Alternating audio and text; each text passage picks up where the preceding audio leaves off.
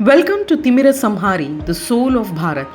Through our Explorer series, we take you on a journey across Bharat, exploring sacred temples, timeless heritage, and the hidden stories that have continued through generations. Our day one of the 5 day series of the Karnataka trip started from Bengaluru, covering the temple circuits of Ghati Subramanya, Mulbagal, and Kolar regions. It was a 1 day spiritual journey but was magnificent. Our plan was to start at around 8 am from KSR Bengaluru, but the train got delayed by 1.5 hours, and so was our journey. Finally, at around 9:45 am, we started towards our first destination, Ghati Subramanya, which is 1.5 hours away from Bengaluru. I have attached the Google Map screenshots to give you a clear understanding of the travel distance and the approximate time between each destination. We experienced throughout that the temple journey should be planned properly to avoid any hassles. Throughout this day, we were blessed with comfortable darshan timings, and most of the places it lasted only for 1 hour to 1 hour 15 minutes. However, if it is weekend or if it's during festivals or a peak pilgrimage season, please have an additional timing of at least 1 to 2 hours at each destination in hand. The queue will be huge. So we have reached our first destination, Ghati Subramanya Temple, which is a 600-year-old temple and is one of the most revered Subramanya temples in Karnataka. And the uniqueness of this temple lies in its divine representation of Lord Subramanya and Lord Narasimha. The idol is carved from a single stone.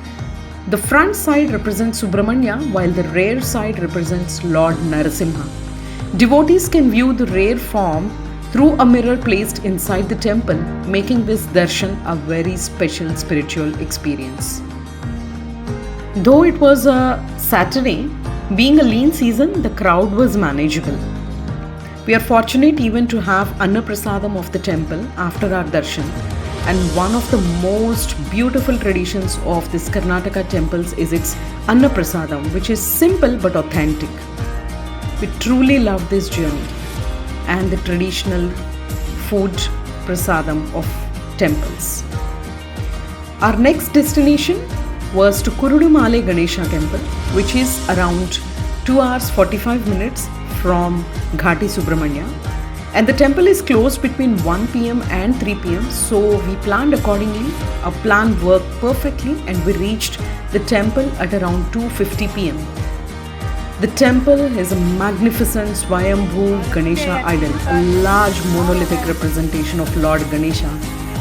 And it's more than 1,000-year-old, and many devotees believe that spending the peaceful time here allows them to absorb the divine vibrations of this sacred place. Many devotees spend here significant time, which could be somewhere between half an hour to 1.5 hours, to absorb the divine vibrations of the sacred place. And it is in fact believed that only if Lord Ganesha wishes, he will let you in. Otherwise, you will not be able to have this darshan. Most of the famous political personalities visit this place just before elections to have the victory, and it really worked for them. The entire region of Mulbagal is covered in a different and a separate video because its spiritual heritage is not possible to be explained in a single video altogether. Mulbagal is not just a stopover destination, it is a treasure house of ancient temples. So one should spend the entire day here if you're planning. You can have KSRTC buses operating from Bengaluru, covering this entire Mulbagal region and Kolar. So you can spend the entire day only in this circuit, and Ghati Subramanya temple can be kept as a separate day visit.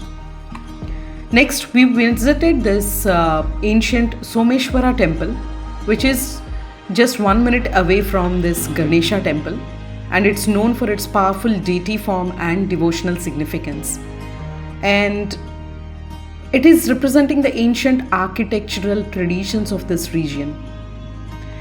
Next, we have visited Anjaneya Swami temple, which is a huge monolithic rock statue carved out of a hillstone. The experience was, of course, mind-blowing. You can significantly experience its divine aura, and you can just get soaked in its presence.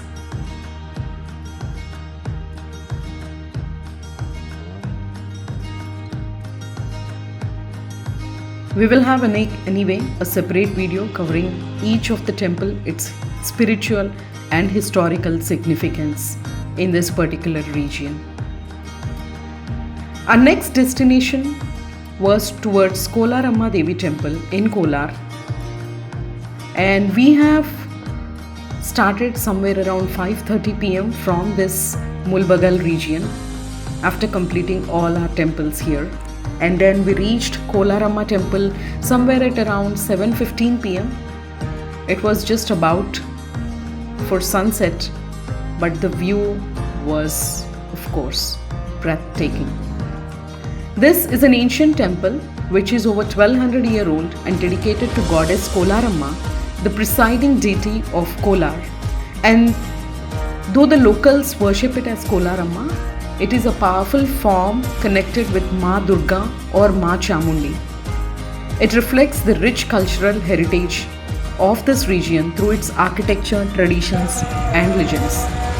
The fascinating stories connected with Golden Scorpion and Saptamatrukas are very interesting and deserve a separate episode.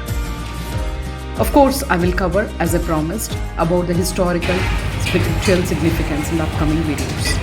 Then we have resumed towards Bengaluru. It was 9:30 p.m. by the time we reached Bengaluru, and we had our dinner there and went to the hotel and rested for the night. Stay tuned with Thimira Samhari for more exciting videos and the travel diaries. Subscribe and don't forget to click the bell icon for notifications.